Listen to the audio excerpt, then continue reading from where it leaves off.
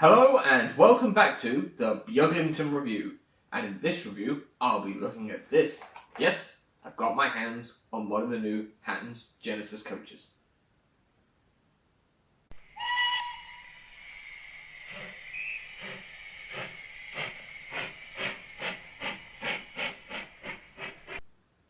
So yes, I've got one of these Hattons Genesis coaches. I had to pre-order it obviously because they were very limited in availability because of all the pre-orders. Some of them sold out on pre-order as well.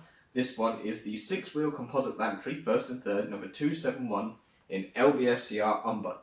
So I'm going to take it over to the desk, going to unbox it, and I'm going to try it out on the railway, maybe couple it up to my Hornby 4-wheelers and see how it does. But this will be interesting because it's a 6-wheeler, and I don't think I have any 6-wheel coaches. So yeah, let's get to the desk and let's get it open.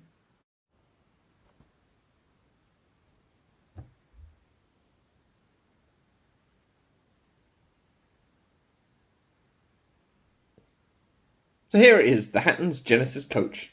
Now, for those of you who have been living under a rock or whatever, 3 years ago, Hattons announced that they were going to be doing some generic 4- and 6-wheel coaches. And 3 years later, they've arrived. And as you can see in the little advertisement booklet that I got for winter, which came with it, there are a few different variations out at the moment. We've got limited availability, sold out on pre-order, limited availability, sold out on pre-order. So they're very, very popular. And we'll see why in a minute, I suppose. And also some suggestions about which ones I might want to get in future. So that's the range, and as you can see, the box has some nice drawings of the coaches. And this is the first Hattons rolling stock item I've had to go about reviewing on this. So, and actually to run on my railway. So enough waffle. Let's get it open. There's the end with the description. The box feels nice and sturdy, anyways. There's probably quite a few reviews now on YouTube of these. So, removing the roof. That's for, I suppose, if you want to fit lights, decoders, and if you want to pop some passengers in. And there is something about removing the center wheel set because on the other side, I suppose some 6-wheelers would have lost them at some point to become long 4-wheelers. And there's some extra sort of coach boards here, but there's nothing in the instructions about those, so put those aside. And it's in a sort of double plastic case, and it's protected with this plastic as well, so it doesn't bump off of it. First of all, looking at it, the finish is very lovely. It's got like a nice satin finish, and the lining is a lovely shiny gold. And I'll just focus there a bit, and you can see the writing a bit better. So we've got third, first, the lavatory, first and third. So now I've got to try and get it out without damaging it. It comes away fairly easily from the packaging. Just tip it out. There we go. Wow.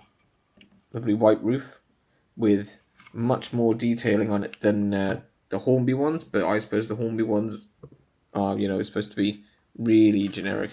So these are sort of lovely and detailed. So I'm just so impressed by it. Like, got these really lovely. I mean, you can see how far out the steps are, and the handrails, the separately fitted handrails and lampines and everything. The hinges on the doors and the handrails and the door handles really are just amazing. And if I hold it here, woo, sorry about that, you can see the word smoking on the window for the smoking compartments. And you can really see the writing, and even the shading on the writing as well is really, really lovely. and the gold on the vents above the doors as well is very impressive. And these wheels are the solid type, so I'll just put that, as opposed to the spoked type. And now I'm going to turn this over and have a look at the underside. Just on the underside, we have lots of lovely detailing. There's these boards, and I think actually the reason why you have these boards is because when you take out the center axle, there's a gap, you see, so it will be solid all the way along. Although whether you would need that on a lavatory one, because no one's going to be stepping out of the lavatory window. So yeah, you've got these the gas tanks and the brake cylinder things there, and you've got these really springy little I suppose they're meant to be part of the brake ring, but yeah, they're quite free to move anyways, so they're not going to have any problems with this. This is the sliding truck that the center axle is on, and they all have flanges on the wheels anyway, so it'll be interesting to see how it goes around first radius.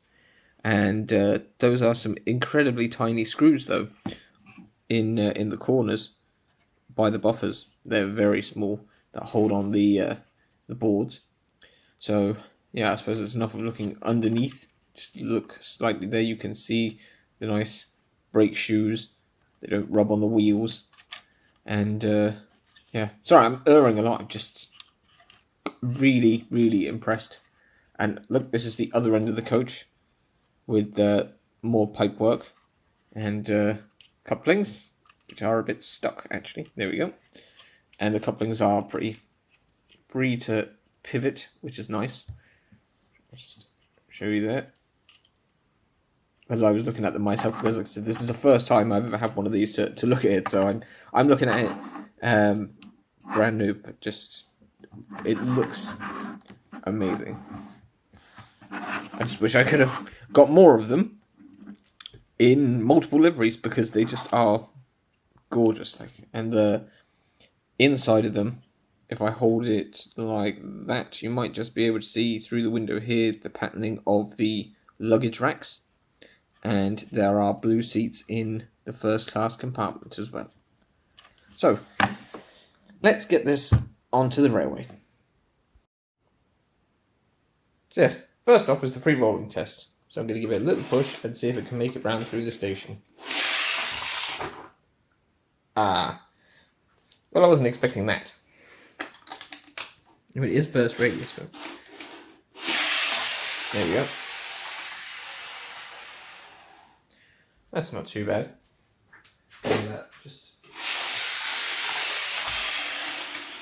Oh yeah, that's pretty good. Right. Just test it on second radius. Nope. I'm guessing that it's got quite I'll just test it on second radius.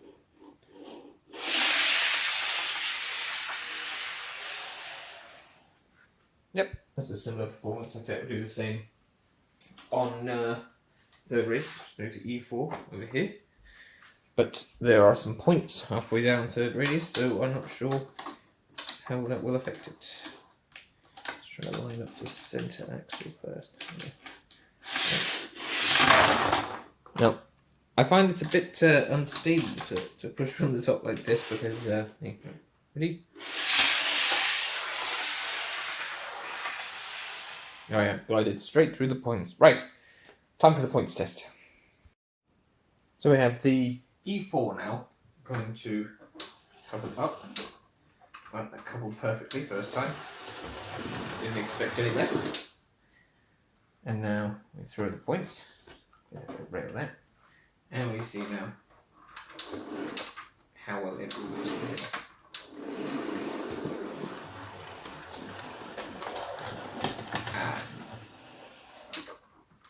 I'm not entirely sure what's happened there. The centre axle stayed on the track, but for some reason the front and the back ones don't seem to like the S bend.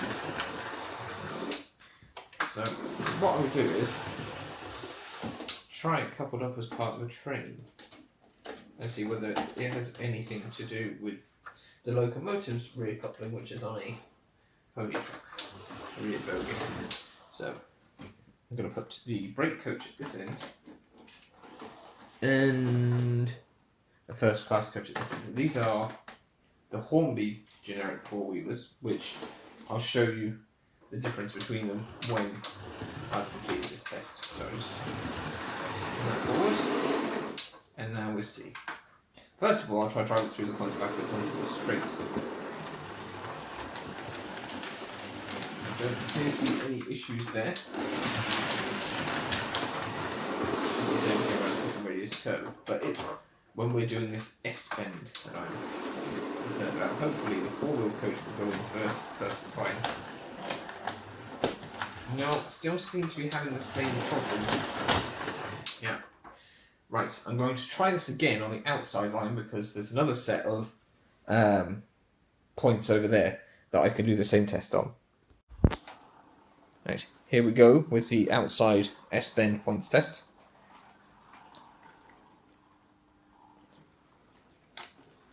The Hornby four-wheeler has gone through.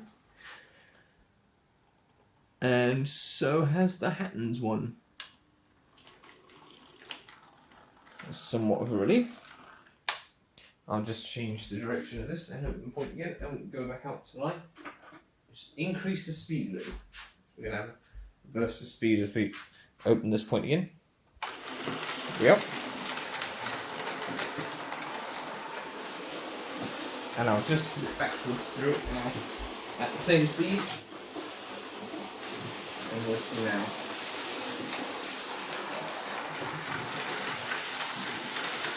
There.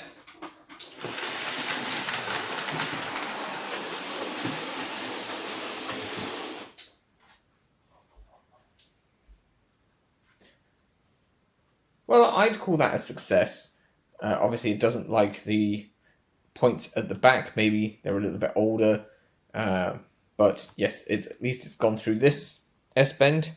And look, if you're not going to be shunting them on that kind of curve that much, it's probably not going to be a problem. So now I'm going to get the other coach and get some footage of it running. Now, as you can see, when they're part of a train, they do match up pretty well with the Hornby four-wheelers. So if you've already got some, and maybe you couldn't get a hold of more than one or two of the Hattons Genesis ones, they're still going to look pretty good. I mean, the roof furniture is not an exact match, and it is more detailed, so it might stand out a bit. And the brightness of the white of the paint on the roof, which is lovely, won't match the sort of creaminess of the one. I mean, it's sort of like a weird grey cream on the top of the Hornby one.